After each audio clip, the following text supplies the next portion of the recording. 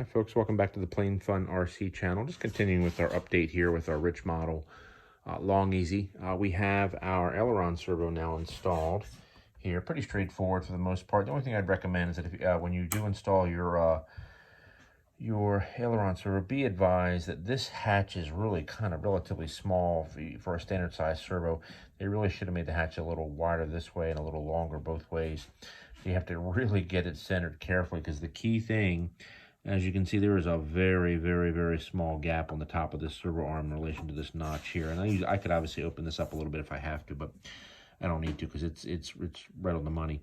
But just be really careful when you go to center it, and also the blocks as well. And if you can see what I'm talking about here, let me give a quick picture of the actual instruction manual, and you can see what I'm referring to.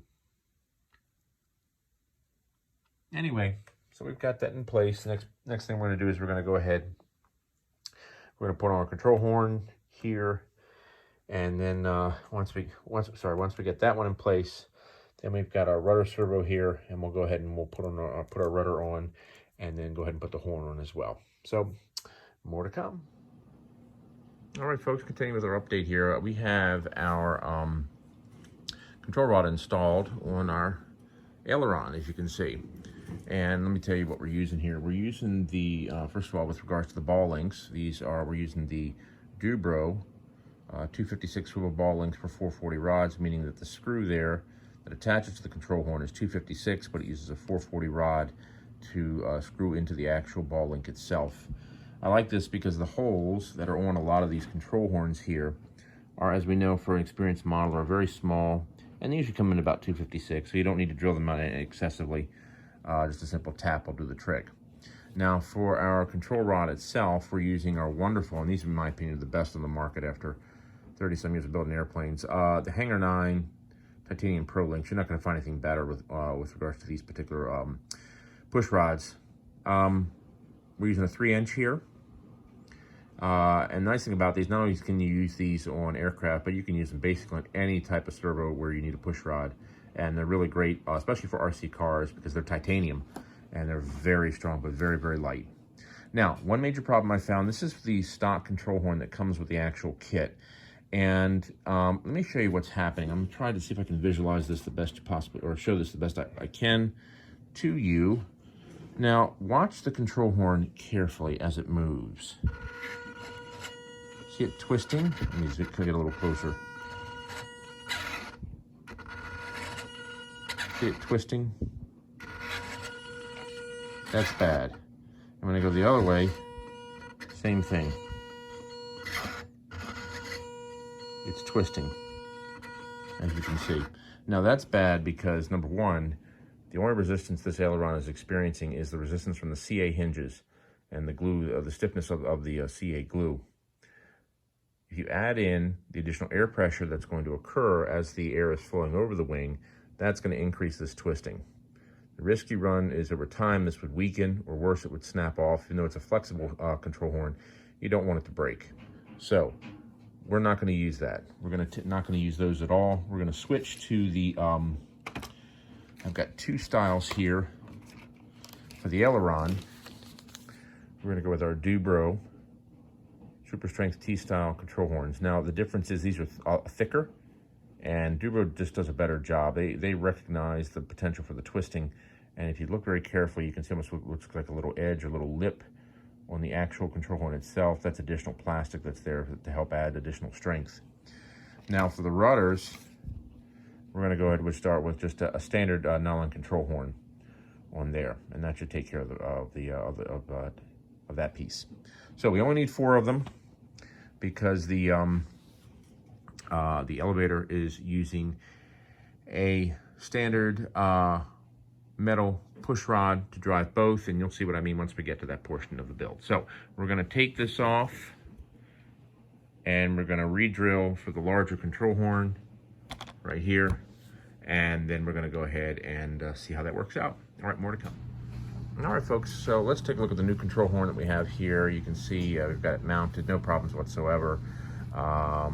And I went ahead and I did put some 256 lock nuts on the bottom as extra protection. On the Dubro, the top plate on the Dubro always works well, but I do like to add some lock nuts on there as a precautionary measure. Anyway, so you can see, if you watch the horn, there's far less twist involved compared to the other horn. Far less twist. So that's a positive. So it's fixed. Anyway, so we're gonna go ahead, we're gonna do the same thing on this is the left wing, or the right wing, so we're gonna do the same thing on the left wing in just a second, and then more to come. Okay folks, so now we're looking at our left wing here. You can see we've got the aileron all set up, working great, no problems whatsoever. Went on without any difficulty. Always learned some lessons from the previous wing and applied it to this one, so that's moving great, no problems there. Now we're gonna go ahead and we're gonna shift our focus over here to the rudder, get that all set up, and then we'll move our rudder and our vertical stabilizer, excuse me, and then we'll go ahead and then we'll get that taken care of. All right, more to come. All right, folks, here we are with our update, continuing on with regards to the installation of the vertical stabilizer and the rudder, and this is for the left wing. You can see we've got our control horn in place. Notice very carefully that the control horn is not in line with the bottom edge. There's a slight tilt downward, and that keeps it in line with the with where the control push rod is. Excuse me, I keep saying control rod. Push rod is. Okay. Now, when you're doing the ball links, notice very carefully that this is what a ball link would look like. You'd have the bolt here. You have the spacer. Then you have the actual nut there. But notice, in order for this screw to clear the wing, notice it's a little different here. Okay, we've got our 256 bolt. We've got a number 2 washer. We've got our spacer, and then we have our nut there on top. And you can see it works perfectly.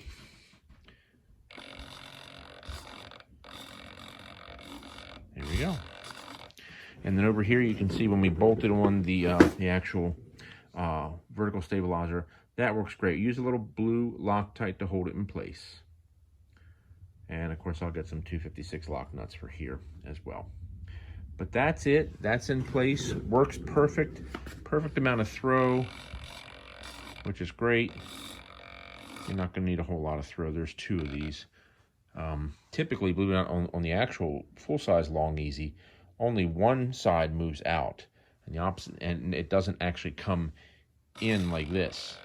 So, anyway, that's it for that wing. Let's jump over to the right wing. More to come.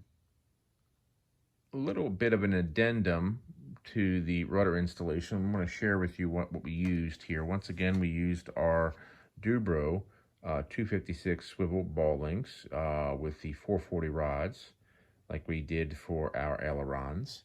And for the length of the push rod, we had to go with once again, we're still using the titanium Pro Links, but this one was 4.5. 4.5, so that's real important. You want to keep that in mind. Now, once again, it's 4.5 if you go through and you position the servo like we have it here, where the servo arm is furthest from the actual rudder.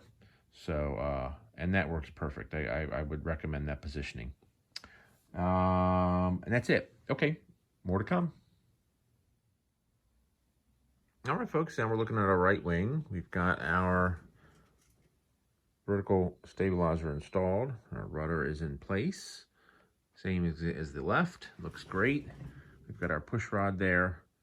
And of course our control horn as well. I will tell you though, rather than putting this on first and then doing the control horn, take the time to attach the control horn first and then screw this in place. Okay, it's much, much easier to do. And there we go. So the wings are done. We're going to go ahead and move on to the fuselage. More to come.